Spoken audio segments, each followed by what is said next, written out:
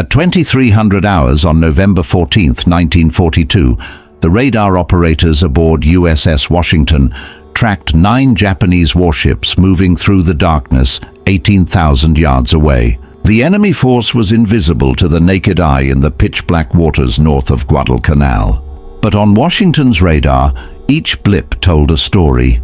A lethal formation of cruisers and destroyers advancing to bombard Henderson Field, the key Allied airbase on the island. Aboard the American battleship, Captain Glenn Davis and Admiral Willis Lee prepared for a showdown that would define the Pacific War.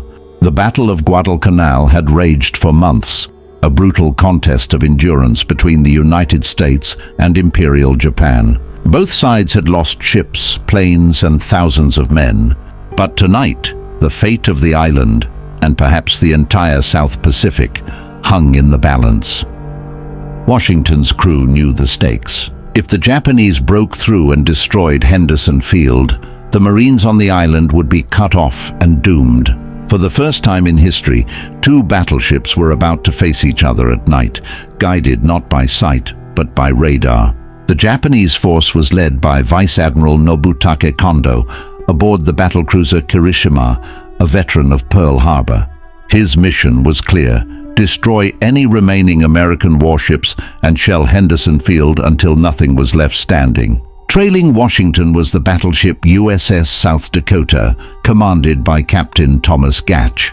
Both ships were escorted by 4 destroyers: Preston, Walker, Benham, and Gwynn.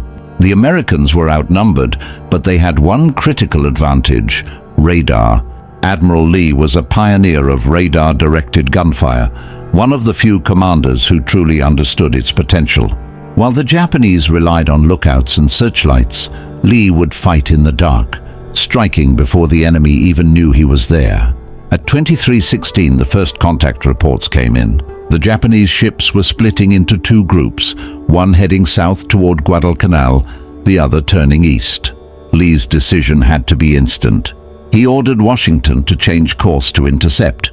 The destroyers moved ahead, scanning the black horizon. Suddenly, at 23:22, their radar screens lit up with new echoes, enemy destroyers moving fast. Within seconds, flares burst in the night, and the first gunfire erupted. The Battle of the Naval Guadalcanal had begun. The American destroyers were the first to be hit. Walker took a direct shell amidships and exploded. Preston followed moments later, set ablaze by Japanese fire. Benham was crippled, her bow nearly torn off. Only Gwynn managed to survive, retreating under a rain of shells. Washington and South Dakota steamed forward, closing the range. Radar showed multiple enemy contacts at just 8,400 yards, point-blank range for battleship guns. Lee gave the order: open fire. The night exploded in thunder. Washington's 16-inch guns roared, sending 2,700-pound shells streaking through the darkness. Each shell traveled at nearly 2,000 feet per second, capable of punching through a foot of armor and detonating deep inside its target. The Japanese ships never saw the first salvos coming. One cruiser, Otago, was straddled by heavy fire. Another, Takao, took near misses that showered her decks with shrapnel. The destroyer Ayanami was hit and burst into flames, lighting up the sea. Then, at 23:55, Kirishima was spotted, just 8,400 yards away. Lee's flagship locked on instantly. Washington unleashed a full salvo from her main guns. The shells slammed into Kirishima's forward turrets and engine rooms, tearing open her hull. For the next 7 minutes, Washington's fire was relentless. Shell after shell ripped through the Japanese battlecruiser. Kirishima's guns fell silent, her rudder jammed, and she began to list heavily. Fires spread uncontrollably as her crew fought to keep her afloat. On board Washington, the crew watched through the gun flashes as their target burned. The once proud Kirishima, which had bombarded Pearl Harbor a year earlier, was now a blazing wreck. Admiral Lee had achieved what no one before him had done, defeated a Japanese battleship in night combat. But the fight wasn't over. South Dakota, steaming nearby, had suffered a catastrophic power failure. Her radar, radios, and gun directors went dark. She was suddenly blind in the middle of a firefight. Unaware of Washington's exact position, South Dakota drifted into the glare of Japanese searchlights. Within seconds, every enemy ship that could still fire opened up. Tracers and shells rained down on her silhouette. She took more than 24 hits, her radar destroyed, superstructure riddled, and secondary batteries silenced. Flames erupted across her decks, but somehow Captain Gatch refused to turn away. South Dakota fought back with her remaining guns, buying time for Washington to maneuver. Admiral Lee realized South Dakota was drawing the enemy's attention. He used that moment to bring Washington around for a decisive strike. With her radar still intact, she tracked Kirishima and the enemy cruisers with precision. At just 8,400 yards, Washington's main batteries roared again. The second barrage tore through Kirishima's armor belt, rupturing her magazines and flooding her lower decks. The Japanese ship began to slow, her list increasing to starboard. Kondo's flagship, Atago, tried to cover the retreat, laying smoke and turning north. But the battle was already lost. By 0025, Kirishima was dead in the water, burning fiercely. Her captain gave the order to abandon ship. Within an hour, she rolled over and sank beneath the waves, taking over 200 men with her. The sea that had hidden her approach now swallowed her whole. The last sounds were explosions from her ruptured magazines echoing across the dark waters. Admiral Lee ordered Washington to cease fire and withdraw southward. The battle had lasted just over an hour, but its outcome changed the course of the Guadalcanal campaign. The Japanese never again attempted a major surface bombardment of the island. The Americans had paid dearly. 2 destroyers were gone, another crippled, and South Dakota heavily damaged. But Washington emerged unscathed, the only battleship in history to fight a major night action alone and win. In the days that followed, the wreckage of the Japanese force drifted along Ironbottom Sound, joining dozens of ships already lost in the brutal struggle for Guadalcanal. The waters were named for a reason, each wreck marking the cost of control over one small island. For the men aboard Washington, the battle became a legend. They had faced overwhelming odds in total darkness and prevailed through discipline, training, and technology. Their victory proved that radar was not just an advantage. It was the future of naval warfare. Admiral Lee later said little about his triumph. His official report was brief and factual.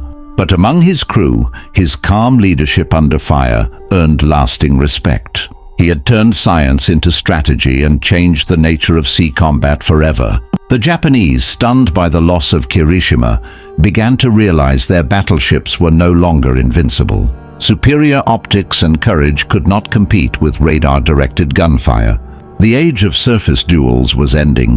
The age of technology had begun. When dawn broke over Ironbottom Sound, smoke still hung over the sea. The shattered hull of South Dakota limped away, her scars glinting in the morning light. Behind her, the waves closed over Kirishima, her fire extinguished, her pride. For the Marines on Guadalcanal, the thunder of Washington's guns that night was a miracle. They didn't know the details, only that the Japanese bombardment they feared never came. By morning, Henderson Field still stood, and American planes could fly again. In Tokyo, the loss was devastating. Kirishima had been one of Japan's pride ships, a veteran of early victories. Her sinking marked not just a tactical defeat, but a psychological blow to the Imperial Navy's confidence. American intelligence intercepted Japanese communications, describing the battle as a night of terror. Even their seasoned sailors could not understand how they had been detected and destroyed in total darkness. The secret, of course, was radar, still new, still mysterious, but decisive. The US Navy had mastered it faster than their opponents, and Admiral Lee's flawless execution proved its worth beyond doubt. After Guadalcanal, every major US warship would carry improved radar systems. Training emphasized night operations, radar fire control, and coordinated strikes in darkness. The lessons of November 14th would shape every future Pacific engagement.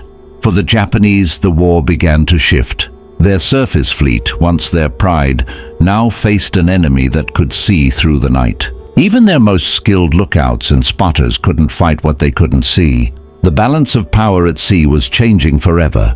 No longer would battles be won by who saw the enemy first, but by who understood technology best.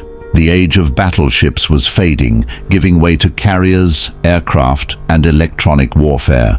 In the aftermath, Washington returned to Pearl Harbor for refit. Her crew received commendations, though many felt the true heroes were the destroyer sailors who had faced the first wave and paid with their lives. Admiral Lee himself received the Navy Cross. His quiet, analytical nature contrasted sharply with more flamboyant commanders. He didn't celebrate victory, he studied it, determined to refine radar tactics further. In interviews years later, surviving crewmen recalled the eerie silence after the guns stopped. The sea was black again, but their ears rang for hours. Some couldn't believe they had survived what felt like the apocalypse on water. They spoke of the blinding flashes, the shock of the 16-inch guns, and the smell of cordite and burning oil.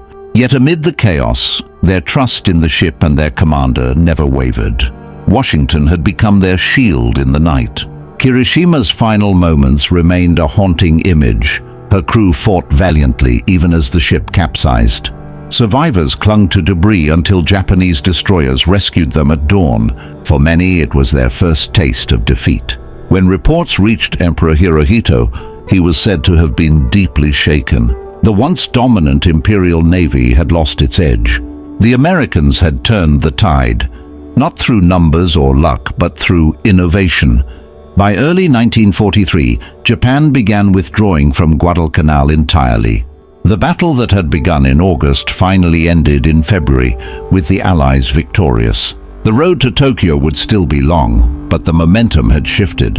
And it all began that November night, when one battleship, guided only by radar and courage, faced an entire Japanese fleet and emerged unscathed. USS Washington had proven that intelligence, precision, and technology could overcome even the fiercest storm of war.